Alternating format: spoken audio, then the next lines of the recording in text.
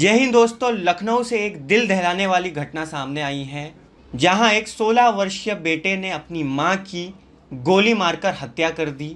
3 दिनों तक उसने घर में ही मां की लाश को छुपाए रखा। हत्या के बाद उसी रात को बेटे ने 10 साल की बहन के साथ रात गुजारी। दूसरे दिन यानी रविवार को बहन को घर में बंद कर दोस्त के घर गया।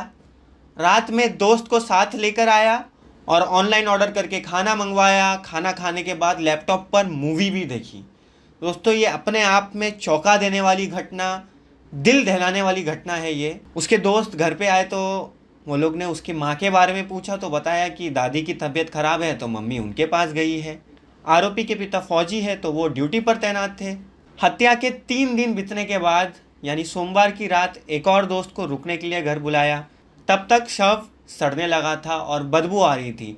दोस्त को भनक ना लगे इसलिए उस हत्यारे बेटे ने पूरे घर में रूम फ्रेशनर डाला।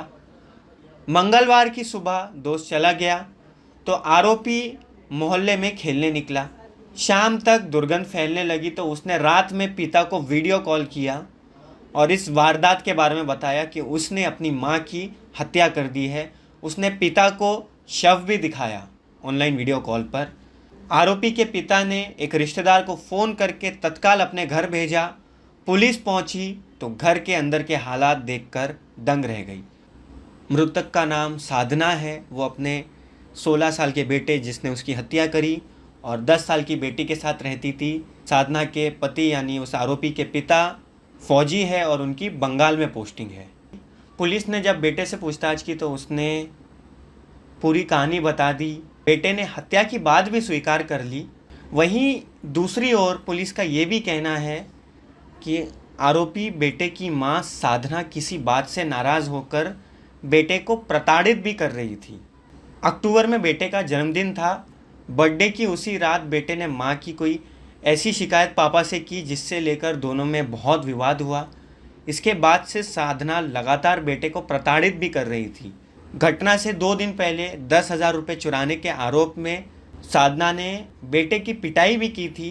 तभी उसने मां की हत्या करने की सोच ली थी, ऐसा कहा जा रहा है। पुलिस का ये भी कहना है कि बेटे को मां की किसी आदत से बेहद नफरत थी और कहीं ना कहीं इसकी उसने पापा से कई बार शिकायत भी की थी। बावजूद इसके मां की हरकत में बदलाव नहीं आया। इसी हरकत से तंग ना आकर 1 साल पहले वो घर छोड़कर भी भाग गया था। वो हरकत क्या थी वो अभी तक सामने नहीं आई है, इस बारे में कोई जानकारी आई नहीं है। पुलिस के मुताबिक बेटा मोबाइल पर गेम खेलने का आदी था, लेकिन साधना उसे गेम खेलने से रोकती थी। शनिवार की रात भी बेटे को गेम खेलने से मना किया। बेटा इससे नाराज़ हो गया। रात करीब 2 बजे जब साधना गहरी नींद में थी, उसने अलमारी से यानी आरोपी बेटे ने अलमारी से पिता की पिस्तौल निकाली और मां की हत्या कर दी।